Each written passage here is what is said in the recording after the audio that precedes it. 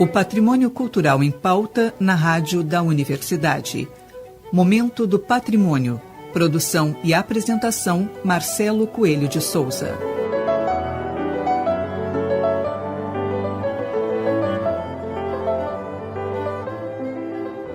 Boa noite, ouvintes. No Momento do Patrimônio de hoje, recebemos o arquiteto Edson Zanquim Alice. Edson é formado em Arquitetura e Urbanismo pela URGS e por mais de 30 anos atuou na preservação do conjunto edificado da Universidade.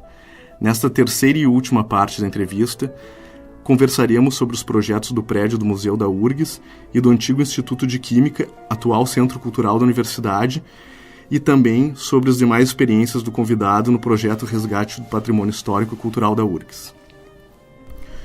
E o processo, Edson, o museu, no caso, também estava bem degradado, né? Quando pegou, né? Eu acho que ele chegou, inclusive ele estava interditado, né, no momento.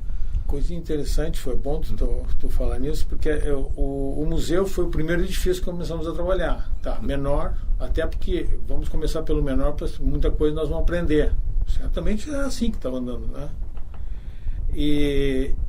Só que nós chegamos no museu, o último uso dele, ele passou por 2, 3 usos, o último uso dele tinha sido curtume. E as paredes internas todas sofridas pelo depósito de sal, né? E de produtos químicos. A 1 metro de altura internamente, todo o peitoril estava tudo caindo como um reboco podre e estava afetando já a estrutura, que é o tijolo.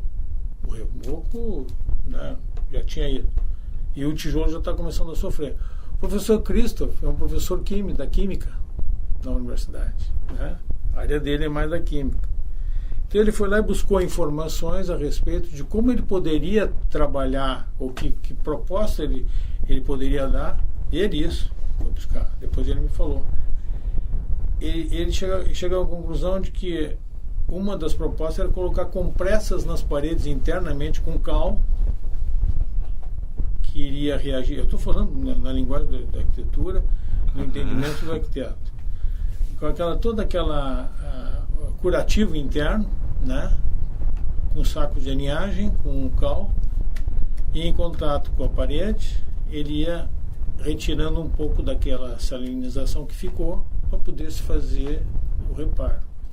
Além do que, ele tinha sido depósito, os materiais todos tinham ficado depositados, e teve um morador de rua que estava lá dentro, um cara bem transtornado, que ele atirava ácido em todo mundo, que passava inclusive ali perto, né? Vidros quebrados, o telhado estava ruindo, enfim, era um problema complicado, né? Mas vamos enfrentar. A estrutura está boa, não tem problema maior, comprometedor, como fissuras importantes, enfim, as questões que deixaria ele numa solução instável. Não, ele estava bem consistente. Foram muito bem construídos, todos eles, né? Os 11 edifícios, todos muito bem construídos, modernistas também. Então, estrutura tem o edifício, capacidade tem para aguentar. E nós fizemos a recuperação das fachadas internas, né, que foi esse caso, problema na umidade, problema de cobertura, e foi indo, sem descaracterizar toda a parte interna dele. Usamos uma própria vocação do edifício, que ele tinha internamente uma ponte rolante apoiada em pilares laterais. Os pilares nós mantivemos e esses pilares passaram a segurar o mezanino. Então eles continuam com a função de receber uma carga, que antes era de uma ponte rolante, do Cientec, e sim depois o apoio do mezanino. Isso tudo foi percebendo, olhando, vendo, vamos propor isso, quem sabe, né? Sabe? Aquela questão toda, vai se discutindo muito, que é muito bom na arquitetura, aquela coisa, conversar muito antes do projeto e durante. Né? Eu sempre acho que um arquiteto solitário no seu projeto, ele se intoca, não abre a ideia. Tem que discutir. Tem que, muito. Então sempre ficou uma coisa bem... E aí, a partir daí, como foi o primeiro, em todos os demais foi sempre discutido, todos os aspectos, né? A própria química, onde vão botar os aparelhos de ar-condicionado? Estão lá colocados, ninguém percebe, estão na cobertura, muito bem embaladinho, ajeitadinho, não é que nem hoje, porque o split criou um problema, né? Sim. Todo mundo sabe. Novas fachadas horríveis começaram a aparecer, né? Por quê? Porque o cara que vende o split é o cara que instala. Ele não, vamos ter uma orientação de alguém aí, quem sabe faz uma barra de, sei lá, de uma área que possa esconder as unidades internas, bota a unidade interna num lugar, a externa no outro, mas que não... Bom. E na química, quais foram os desafios ali, Edson, além esse dos ares condicionados, por exemplo? O desafio ali maior, uma foi a umidade, que ele é um edifício que com o tempo, o que aconteceu? Com a abertura das vias, o alargamento das vias, a prefeitura, o que fez? Pegou o trator, a patrola, e recolheu e abriu a rua, e recolheu a terra e botou para dentro do terreno da URGS. A própria URGS botou para dentro do terreno da URGS. O que ocorreu? Cresceu o nível externo dos edifícios aumentou, só que internamente continua o mesmo. Isso traz uma umidade incrível para dentro. Além do que o lençol freático aqui, é questão de meio metro para baixo, eles têm água que verte, né? Somente depois de uma chuva forte. Enfrentamos problemas, inclusive, no museu, na construção do museu, que tem um pequeno subsolo, que ele detonou tudo com a força da água numa chuvarada que teve. Nesse caso, no específico da química, nós tivemos que fazer uma proteção, uma drenagem de porte, né, ao redor do edifício, de modo que a água chega e ela sai por canaletas externas. Um pouco disso se fez no direito, que também estava com problema, a rádio tem esse problema também, de piso, um pouco abaixo, ou num nível que isso não se recomenda, né? O grande problema da construção sempre é a água, não é o sol. A água e o vento, talvez, muitas vezes. O que pode acontecer assim, solucionar a questão toda de acessibilidade. Não podíamos botar rampa, porque ela requer um dimensionamento bastante grande, não ia ter como resolver. A nossa solução era elevador.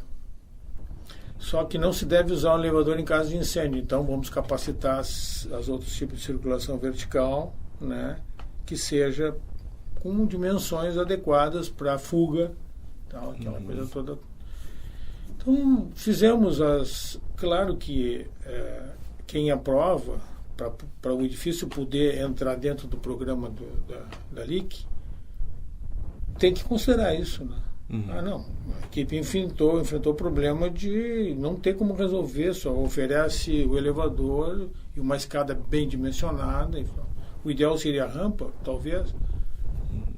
Isso tudo foi colocado nós do projeto, sabendo que a gente tinha que tentar a melhor solução para isso, né? Que isso faz parte para o edifício ficar liberado para a lei. Esse é bem o incentivo. E na hora da execução surgem novas... Além disso. Por mais minucioso que era, eu lembro que tinha um desenhista ali que ele saía. 9 horas ele chegava, 9 horas. Ele chegava 8 horas, tomava um café ali, estudante de arquitetura. Ele saía com a planilha dele. Às vezes a gente ia atrás dele, vamos para praia, todo mundo ia almoçar, chama o fulano, o Márcio. O Márcio está aí, o Márcio estava lá desenhando, ele desenhava até hoje os desenhos dele devem estar lá também no arquivo. A gente procurou guardar tudo. Eu digo, Márcio, por que tu está fazendo isso aqui?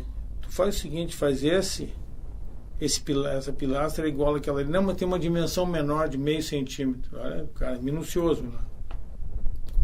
Então ele fazia todo o levantamento de tudo. Para desenhar era uma maravilha. Aí passava para a turma do AutoCAD, o computador saía aquele desenho, né, para projeto maravilhoso. E então ele nos ajudou muito assim para saber tudo minuciosamente o que a gente tinha que fazer.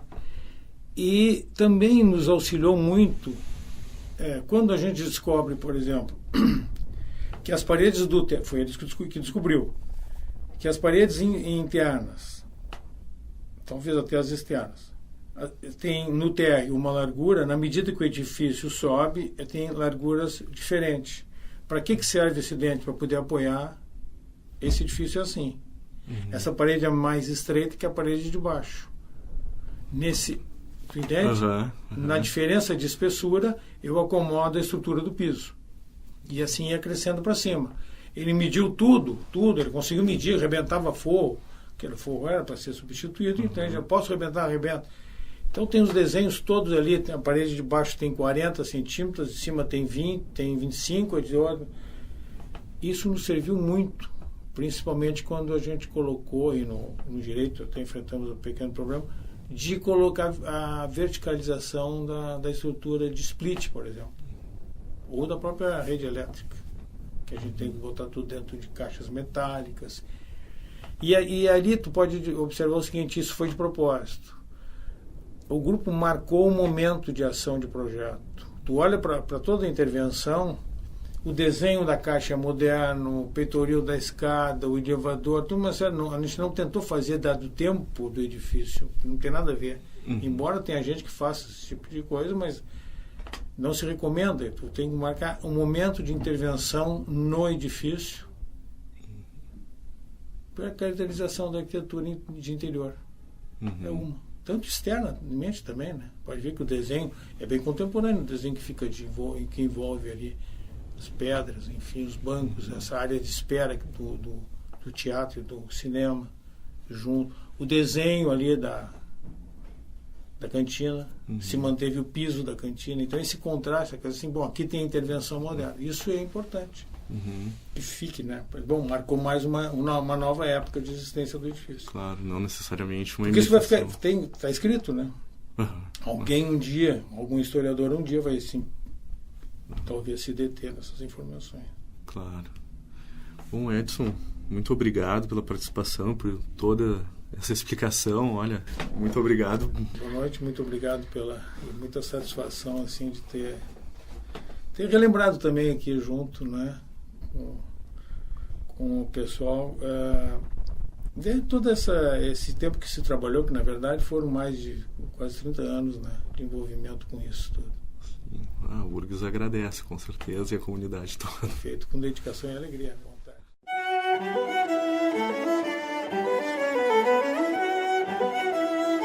Chegamos ao fim da terceira e última etapa da entrevista com o arquiteto Edson Zanquim Alice. Boa noite a todos e até semana que vem. O Momento do Patrimônio é uma realização do setor de patrimônio histórico da Superintendência de Infraestrutura da URGS.